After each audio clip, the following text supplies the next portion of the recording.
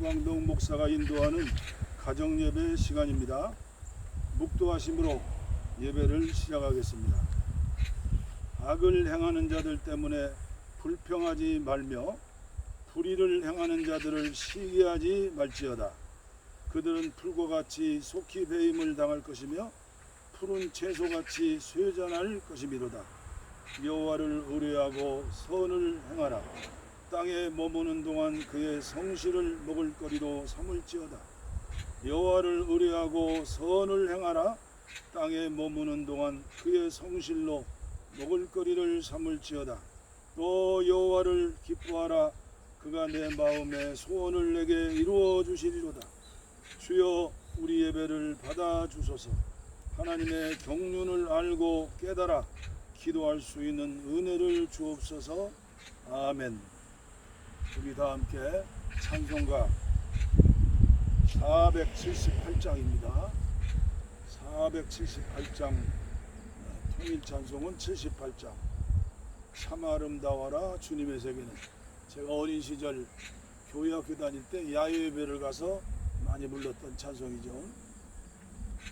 478장.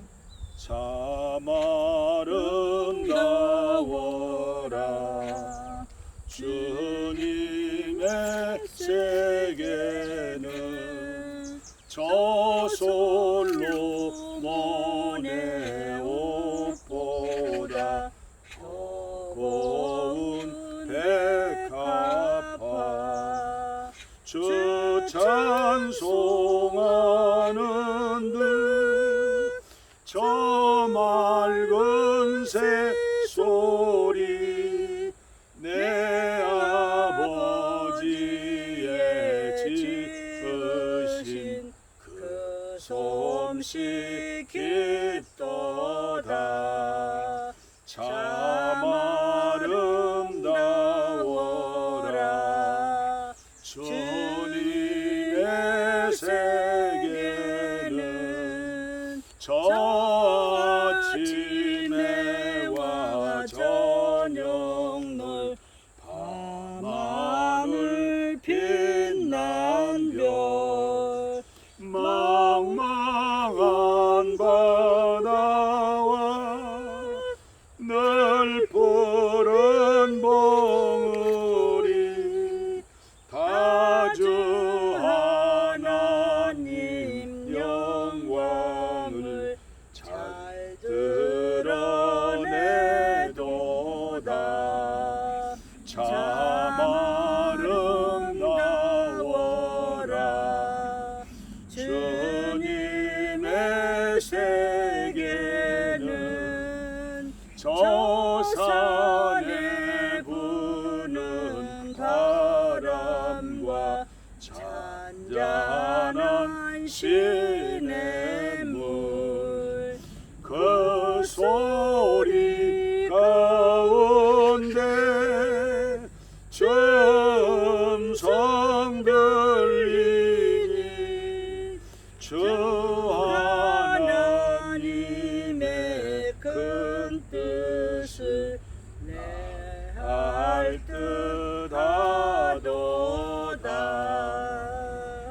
아멘. 아멘. 오늘 이 가정예배 시간에 우리에게 주시는 하나님의 말씀은 계속되어서 말씀드리는 산상수훈, 산상보훈, 예수님의 산상설교죠. 마태복음 6장. 오늘은 주님 가르쳐 주신 기도문 가운데 10절 말씀입니다. 마태복음 6장 10절 말씀. 나라가 임하시오며 뜻이 하늘에서 이루어진 것 같이 땅에서도 이루어지이다. 아멘. 아버지의 뜻이 하늘에서와 같이 이 땅에서도 이루어지이다.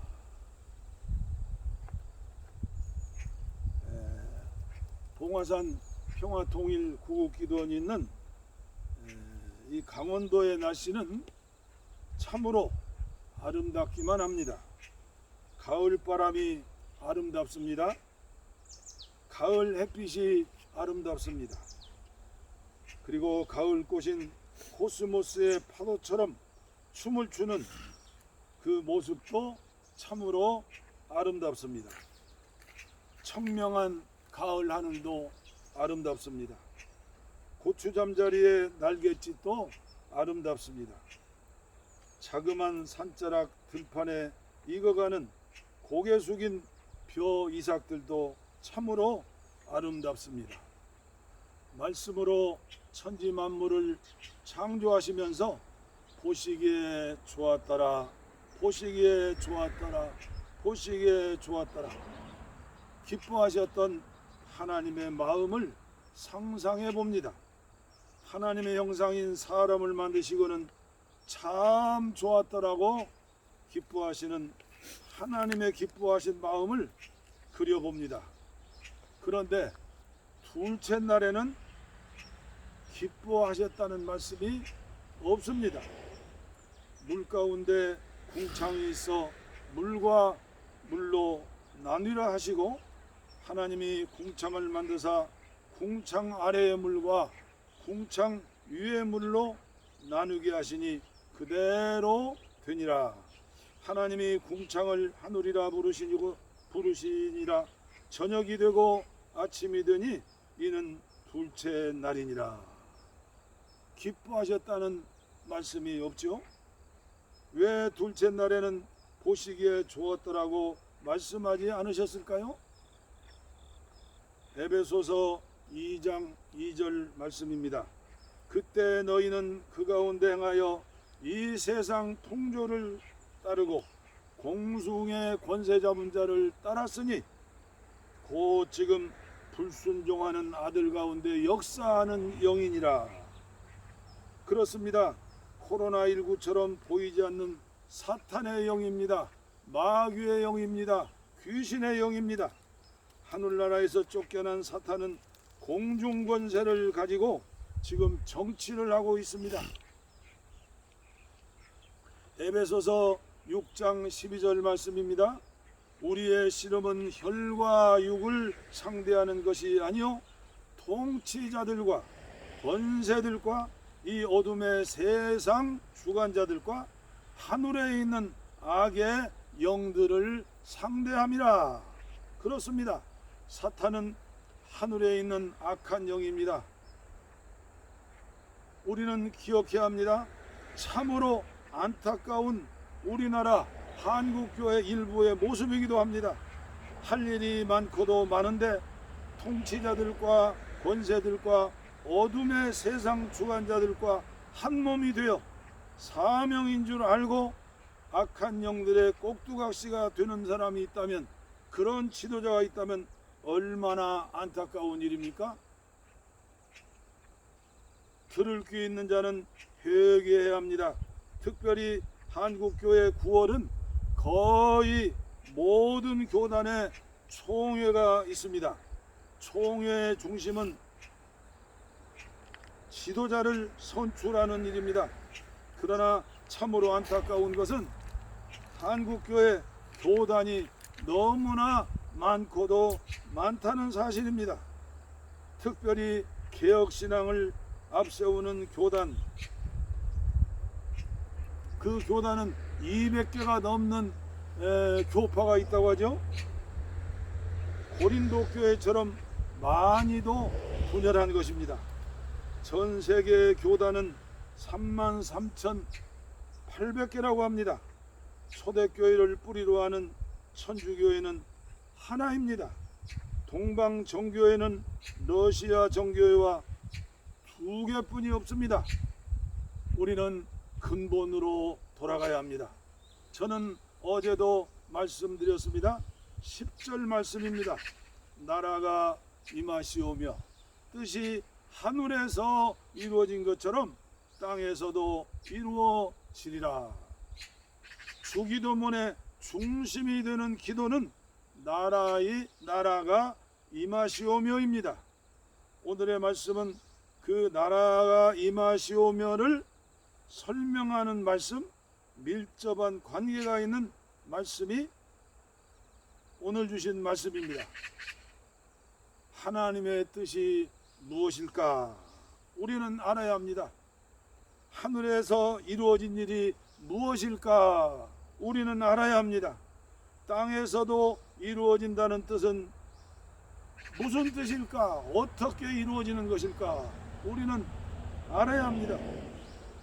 저는 짧은 시간에 어떻게 모두 설명할 수 있겠습니까? 제가 전하고 외치는 말씀입니다. 하나님의 말씀을 통하여 은혜의 방편을 통해서 은혜를 받아야 합니다. 은혜를 받으면 받을수록 하나님을 더 알게 됩니다. 은혜를 받으면 받을수록 예수님을 더 알게 됩니다. 은혜를 받으면 받을수록 우리와 함께 계시는 성령님을 알게 됩니다. 은혜를 받으면 받을수록 삼위일체 하나님을 이해하고 믿고 의지하고 함께 동행할 수 있는 것입니다. 제가 좋아하는 성경 구절 중 히브리서 12장 28절 말씀입니다. 그러므로 우리가 흔들리지 않는 나라를 받았은즉, 이미 우리는 받았습니다.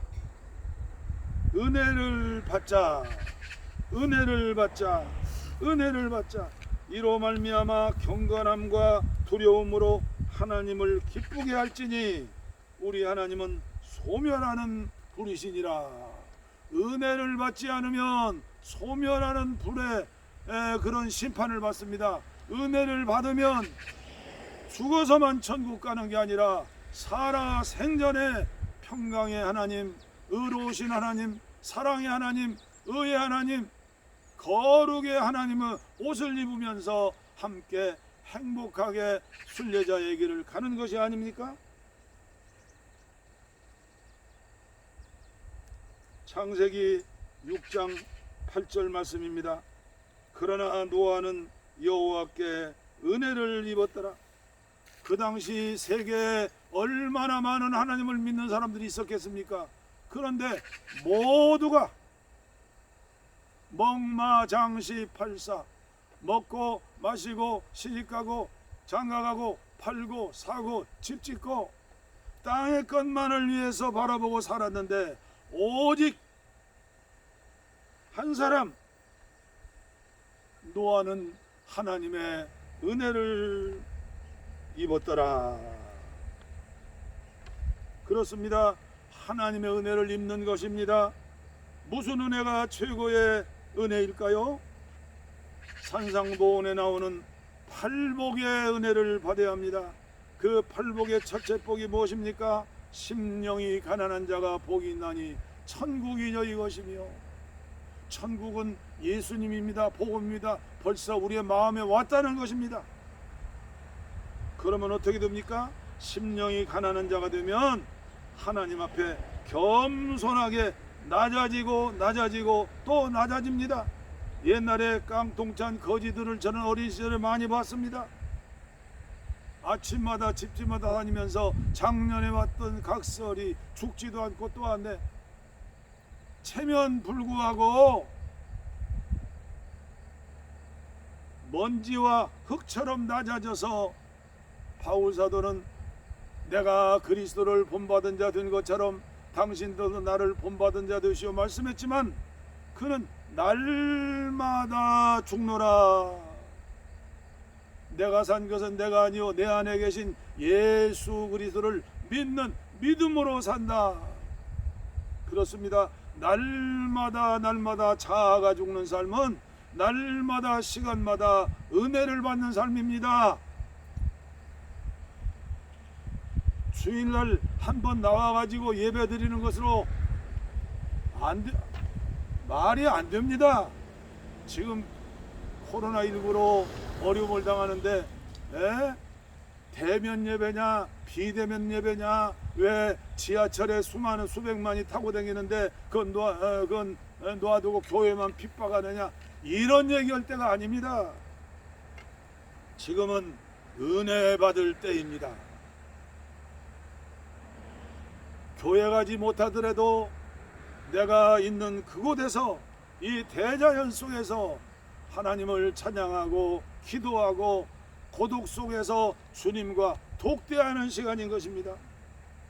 제가 필리핀 북부 지역 도시인 바교에서 3년 동안 선교사의 삶을 살았습니다.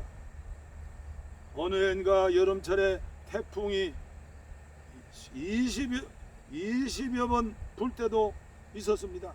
필리핀의 바다가 깊어서인지 태풍의 근원지라고 합니다. 천둥, 번개, 폭우가 쏟아집니다. 축대가 무너져서 100여 명의 사상자를 당한 때가 있었습니다. 몸에서 곰팡이가 서는 것 같았습니다. 해발 1600m의 고산지이기 때문에 물이 없어서 세수도 못하고 목욕도 못했던 그때 그 시절이 새롭게 추억이 됩니다. 아무리 천둥번개가 치고 소낙비가 아무리 쏟아져도 웅덩이에만 물이 고이는 것입니다.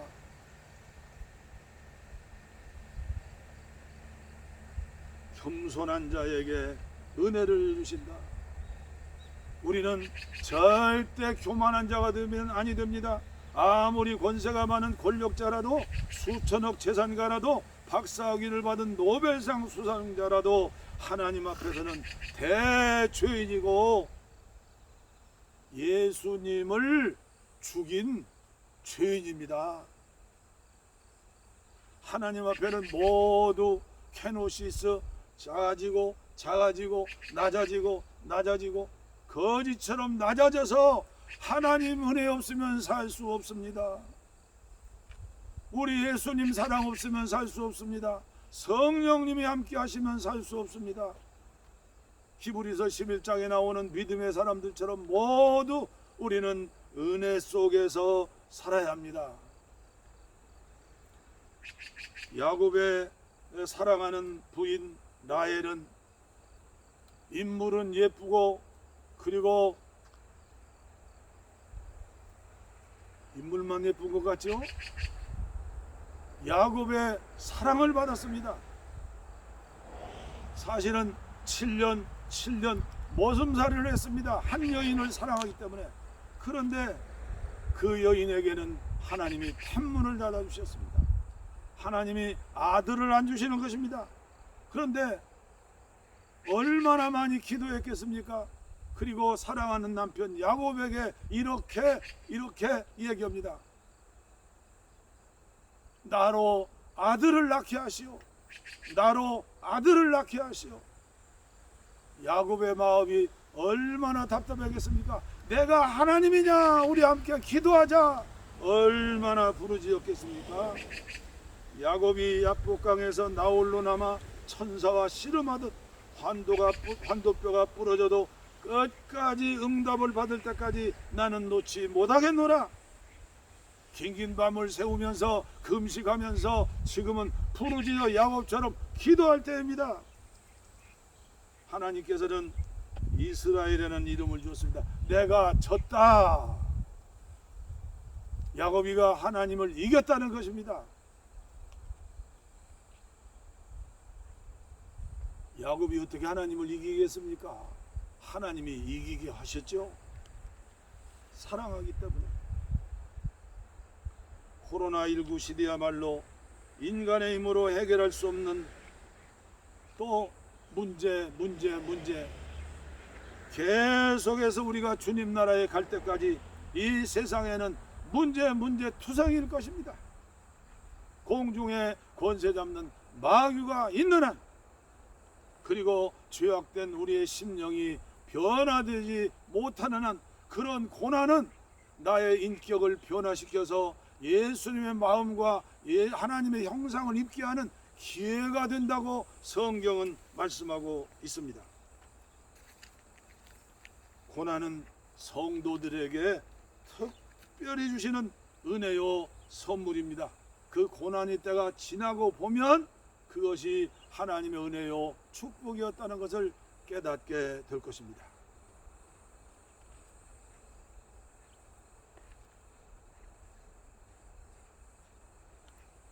우리는 오늘 말씀 앞에서 어떻게 살아야 하겠습니까?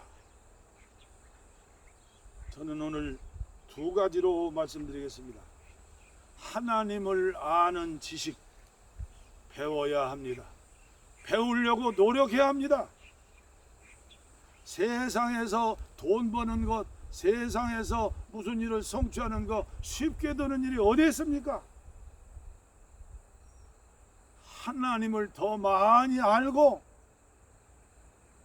그리고 하나님의 마음에 맞는 삶을 사는 것, 그것이 하나님의 뜻이 하늘에서 이루어진까지 땅에서 이루어지는 것 아닙니까?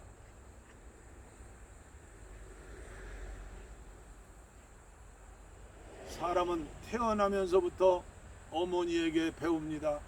가족에게 배웁니다. 유치원에 들어가면 유치원 선생님에게 배웁니다. 초등학교 선생한테 배웁니다. 대학교까지 배웁니다. 계속 평생을 배우는 것 아닙니까? 가장 중요한 것은 성령님을 통해서, 하나님의 말씀을 통해서, 그리고 앞서가는 믿음의 선지자들을 통해서 우리는 배워야 합니다. 초기 한국교회 역사를 보면 예수 천당 불신지옥 전도했습니다. 그리고 농사철이 끝나면 사경회로 구름대처럼 모여 하나님 말씀을 가르치고 배웠습니다. 제가 요사이 저의 유튜브 방송에 초대교회의 아름다운 이야기를 계속 전해드리고 있지 않습니까? 목포에서 지게를 지고 양식과 식사도구를 지고 평양까지 사경회에 참석했다는 기록이 있습니다. 그 당시는 약도 없고 병원에 의사도 거의 없는 시대에 많은 성도들이 치유를 경험했습니다. 심지어 소나 돼지가 새끼를 낳지 못할 때 목사님이나 전도사님을 초청해 안수 기도를 요청했던 순수한 어린애 같은 믿음이 있었습니다. 그렇습니다. 저의 생각입니다. 오늘을 사는 현대인들은 참으로 예수 잘 믿기에 좋은 시대를 만났다. 신앙생활에 유익한, 영성생활에 유익한 책들이 많고도 많습니다. 유튜브도 골라서 보면 너무나 좋은 강의들이 많이 있습니다. 배우려고 오지 않으면 하나님도 어찌 할 수가 없습니다. 오늘 이 설교를 들으시고 이 예배에 참석하는 여러분들, 우리 이 시간부터 배웁시다. 배우는 거, 아는 것이 힘입니다. 배운 만큼 기도합니다. 배운 만큼 은혜를 받습니다. 배운 만큼 하나님을 더 알 수 있습니다. 마무리하는 말씀입니다. 두 번째, 순종입니다. 예수님을 닮아가는 영성개발의 핵심은 순종입니다. 갈라디아서 4장 19절 말씀입니다. 나의 자녀들아, 너희 속에 그리스도의 형상을 이루기까지 다시 너희를 위하여 해산하는 수고를 하노니. 바울은 사랑하는 성도들을 위하여, 양떼들을 위하여 그리스도의 형상을 이루기까지 나의 자녀들아, 나는 다시 해산의 수고를 한다. 제가 흠모하고 좋아하는 말씀을 드림으로 오늘 설교 말씀을 마치겠습니다. 히브리서 5장 7절로 10절 말씀입니다. 그는 육체에 계실 때 자기를 죽음에서 능히 구원하실 이에게 심한 통곡과 눈물로 간구의 소원을 올렸고 그의 경건하심으로 말미암아 들으심을 얻었느니라. 그가 아들이시면서도, 예수님 말씀이죠, 아들이시면서도 받으신 고난으로 순종함을 배워서, 말씀드렸지만 우리에게는 고난은 순종을 배우는 시간입니다. 순종함을 배워서 온전하게 되셨은즉 자기에게 순종하는 모든 자들에게 영원한 구원의 근원이 되시고. 할렐루야. 오늘 이 대자연 속에서 드리는 예배에 참석하시는 여러분들 믿음으로 참석하신 줄 믿습니다. 기도하겠습니다. 하나님 아버지 감사합니다. 코스모스 꽃이 만발한 대자연 속에서 하나님 앞에 오늘도 예배할 수 있도록 은혜 주시어서 감사합니다. 이 아름다운 꽃과 그리고 길 건너 논뱀 위에 아라리 익어가는 고개를 숙인 열매 가득한 벼이삭을 보면서 하나님의 음성을 듣고 말씀을 듣고 은혜를 받습니다. 아버지여, 아름다운 마음 주시옵소서. 성령의 마음을 주시옵소서. 하나님이 보실 때 아름다운 사람이 되게 하시고 가정에서도 아름다운 사람, 하나님이 만드신 아름다운 마음, 우리 사는 세상에서 모든 그리스도인들이 아름다운 예수의 심정을 가지고 살 때 한국교회는 다시 도약하고 일어날 수 있다고 믿습니다. 축복하여 주시옵소서. 원치 않은 질병으로 고난당하는 형제들 자매들을 위해 기도합니다. 병든 곳에 손을 얹었습니다. 주님이 안수하시고 치료하여 주시어서 참 아름다운 사람으로 아름다운 세상을 만드는데 쓰임받게 하여 주옵소서. 복을 빕니다.